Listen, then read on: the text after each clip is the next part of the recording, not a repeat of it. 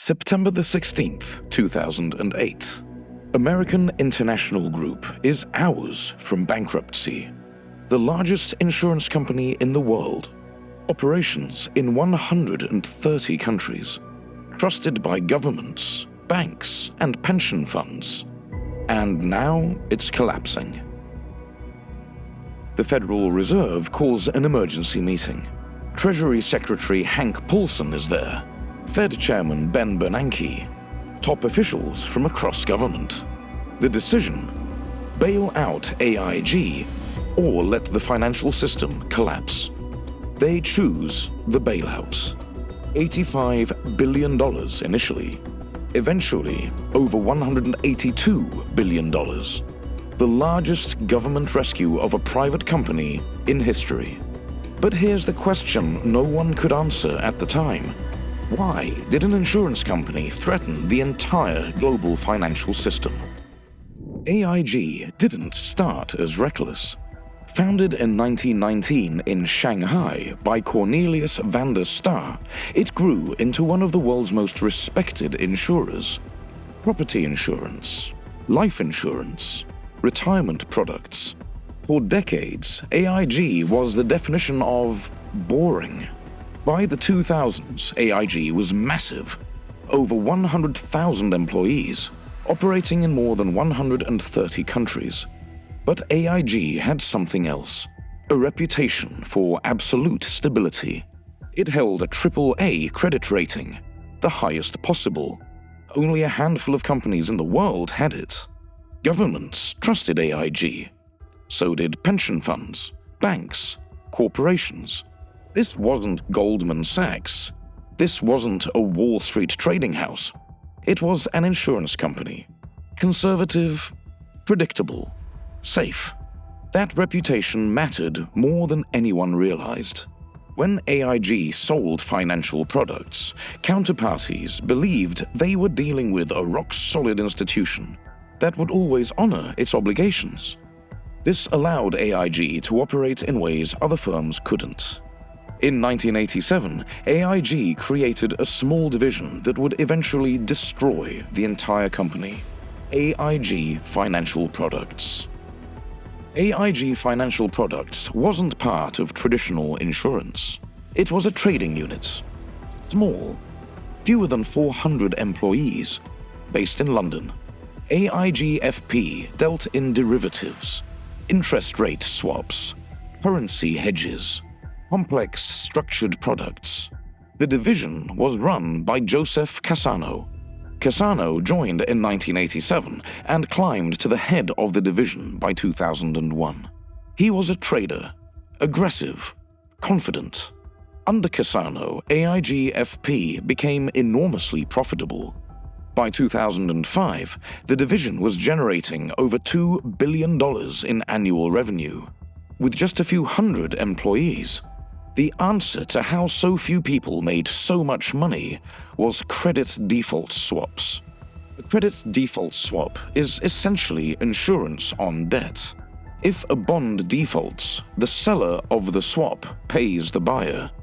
Starting in the late 1990s, banks owning mortgage-backed securities wanted protection. AIGFP started selling that protection. The pitch was elegant. We'll insure your mortgage bonds. You pay us a small annual premium. If they default, we pay you. Banks loved it. They could buy risky mortgage securities, then buy swaps from AIG to insure them. This made the investments look safer on their balance sheets and reduced their capital requirements. AIG collected billions in premiums year after year. No payouts required as long as house prices kept rising. And for years, they did. Cassano became convinced these swaps were free money. In 2007, he famously told investors, "It's hard for us, without being flippant, to even see a scenario within any kind of realm of reason that would see us losing $1 in any of those transactions." But there was a fundamental problem with how AIGFP operated. Traditional insurance companies hold reserves. AIGFP didn't. Why? Because credit default swaps weren't classified as insurance. They were derivatives, a different regulatory category. This meant AIGFP could sell billions in protection without holding capital to back it. In 2007, AIGFP had sold over $500 billion in credit default swaps, most tied to mortgage securities. No reserves, no capital cushion, just the assumption that housing prices would never fall nationally. When that assumption broke, everything collapsed. AIGFP's models assumed housing prices couldn't fall across the entire country simultaneously. The models said it was statistically impossible. Rating agencies used the same models. Banks used them. Regulators accepted them without question. Because AIG had a AAA rating, counterparties didn't worry. If AIG was selling protection, it must be safe. But the swaps had a clause buried in the contracts. If AIG's credit rating was downgraded, it would have to post collateral immediately. Cash, securities, real money to back the swaps. This seemed reasonable when written. AIG's AAA rating was unshakable. A downgrade was unthinkable. But by 2007, mortgage securities were deteriorating fast. Foreclosures rose. Subprime lenders collapsed. Housing prices started falling everywhere. The securities AIG had insured started losing value. Counterparties holding those swaps got nervous. Banks like Goldman Sachs began demanding collateral, not because securities had defaulted, but because their market value was dropping. AIG initially resisted. Cassano argued the collateral calls were excessive. The mortgages hadn't defaulted. People were still making payments. Why should AIG post billions in cash? But the contracts were clear. By mid-2008, collateral demands climbed into the billions. AIG started hemorrhaging cash. Regulators missed all of this. The Office of Thrift Supervision had oversight of AIGFP, but the OTS was small, underfunded, understaffed. It didn't have the expertise to understand the derivatives, didn't grasp the systemic risk. When examiners reviewed AIGFP's books, they saw profitable trades, steady fee income, AAA-rated parent company. They didn't see the time bomb. AIG's own executives didn't fully understand what Cassano had built. AIGFP operated semi-autonomously in London with its own risk models and culture. The rest of AIG assumed someone was watching. No one was. By summer 2008, that bomb was ticking down. September the 15th, 2008. Lehman Brothers files for bankruptcy. Credit markets freeze. Panic spreads. Banks scramble to assess exposure to every counterparty. The collateral calls on AIG explode. Counterparties demand cash immediately. Goldman Sachs, Société Générale, Deutsche Bank, Merrill Lynch, Barclays. The collateral demands total tens of billions of dollars, due immediately. AIG doesn't have it. The company has assets worth hundreds of billions, insurance subsidies, investment portfolios, real estate holdings globally. But those assets are illiquid. You can't liquidate investment portfolios in 48 hours. AIG tries desperately to raise cash. It approaches banks for bridge financing. Every bank refuses. No one will lend to AIG. The risk is too high. September the 15th, evening. AIG's credit rating gets downgraded from AAA to AA. This triggers every collateral clause in every swap contract AIG sold. Now, AIG owes even more cash immediately. It's a liquidity death spiral. The company has $1 trillion in assets, but can't access that value fast enough to meet collateral calls. In modern finance, liquidity is everything. By September the 16th, AIG has hours left. CEO Robert Willemstad calls the Federal Reserve. The company will run out of cash before markets open. If AIG files for bankruptcy, every credit default swap becomes worthless overnight. Banks lose protection on mortgage securities. Their balance sheets implode. Pension funds face massive losses. State governments face chaos. Money market funds break the buck. One company, thousands of threads connecting it to every major institution globally, all about to snap. September the 16th, evening. Federal Reserve officials gather at the New York Fed. Treasury Secretary Hank Paulson, Fed Chairman Ben Bernanke, New York Fed President Tim Geithner. The question is brutal. Can AIG be allowed to fail?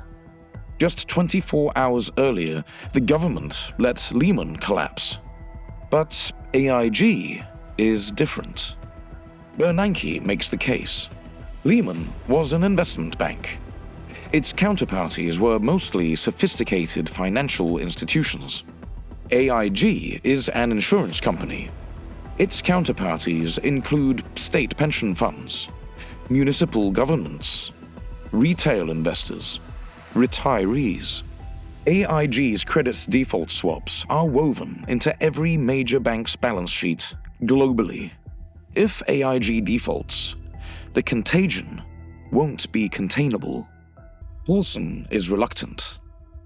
But the numbers are clear. AIG is more systemically dangerous.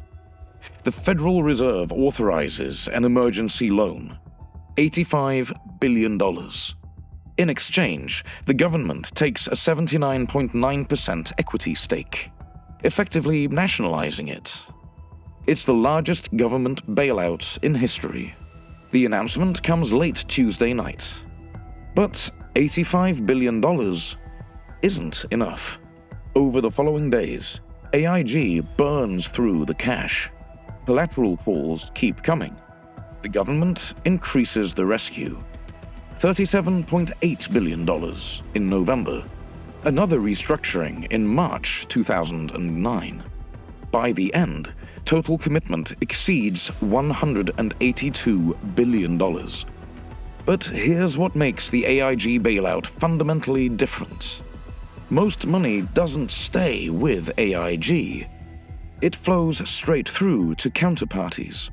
Banks that bought credit default swaps get paid in full, 100 cents on the dollar. Goldman Sachs receives $12.9 billion. Société Générale gets $11.9 billion. Deutsche Bank receives $11.8 billion. Merrill Lynch gets $6.8 billion. Bank after bank made whole at taxpayer expense. This isn't a bailout of AIG, it's a backdoor bailout of Wall Street. The government is using AIG as a pass-through vehicle to rescue banks without admitting it. And the public is paying. When bailout terms become public, the anger is immediate. Taxpayers rescued an insurance company that gambled recklessly. Over $180 billion flowed directly to banks, foreign banks. March 2009. News breaks that AIG paid $165 million in bonuses to executives, including the AIGFP traders who caused the collapse. President Obama calls it outrageous. Congress erupts. CEO Edward Liddy testifies that bonuses were contractually obliged. Breaking them would cause the company to implode, and the government would lose everything. Congressmen don't care. Representative Barney Frank. These people are being bailed out. And then they're being rewarded? Ordinary people are losing homes, jobs, retirement savings. Executives are keeping bonuses. Protests erupt outside AIG offices. Employees receive death threats. Bus tours take protesters to executives' homes. The phrase socialism for losses, capitalism for profits spreads. Banks privatize profits when things go well, socialize losses when things go bad. Heads they win, tails taxpayers lose. The moral hazard debate explodes into the mainstream. Should the government have let AIG fail and taught Wall Street a lesson? Or would that have triggered complete financial collapse? There's no clear answer. Letting AIG fail would have been catastrophic. Millions more jobs lost. But bailing it out rewarded the behavior that caused the crisis and set a dangerous precedent. After the bailout, AIG is effectively nationalized. The government owns nearly 80%, controls the board, dictates strategy. AIG begins massive restructuring, selling divisions to raise cash. It sells major assets, including its aircraft leasing stake, to raise cash. It sells Asian life insurance operations. AIA Group goes public in Hong Kong, one of the largest IPOs ever. Raises over $20 billion. It sells its consumer finance division. MetLife buys American life insurance company for $16 billion. The company that once operated in 130 countries shrinks dramatically. Joseph Cassano leaves in early 2008, before the collapse. He walks away with millions. No criminal charges are ever filed. By 2012, AIG stabilizes. Smaller, humbled, functioning. The government starts selling its stake. Takes years. By December 2012, the government announces full exit. Treasury claims it made a profit, about $22.7 billion with dividends, interest, and warrant value. But that's controversial. It doesn't account for broader economic costs, damage to public trust, the precedent set. Because AIG's bailout fundamentally changed capitalism. It proved some institutions are too interconnected to fail. Not too big, too interconnected. AIG wasn't the largest financial institution. JP Morgan was bigger. Citigroup was bigger. But AIG was woven into every major bank's balance sheet. Through credit default swaps, through insurance products, through investment holdings. When it started failing, everyone was exposed simultaneously. The bailout sent a clear message. If you're interconnected enough, the government will save you. Because letting you fail brings down the entire system. This creates profound moral hazard. It encourages risk-taking. Firms, knowing they'll be rescued, have less incentive to be cautious. Why hold capital reserves if the government provides liquidity in crisis? Why hedge if losses get socialized? After the crisis, regulators tried to address this. Dodd-Frank introduced new rules.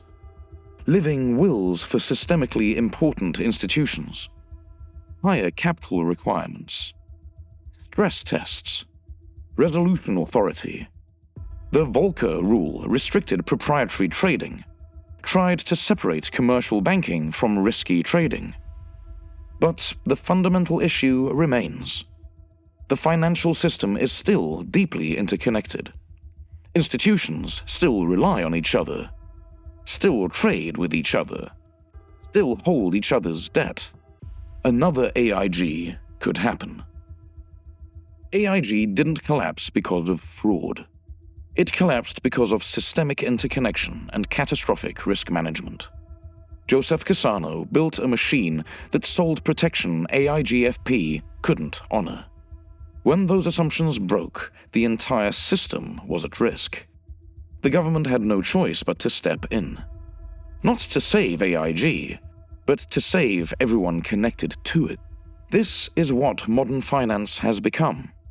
A web of obligations so complex that failure anywhere threatens collapse everywhere. AIG proved that some institutions can't be allowed to fail, not because they're large, but because they're entangled. Today, that risk remains. Derivatives markets are larger, interconnections run deeper. The financial system is still vulnerable to contagion.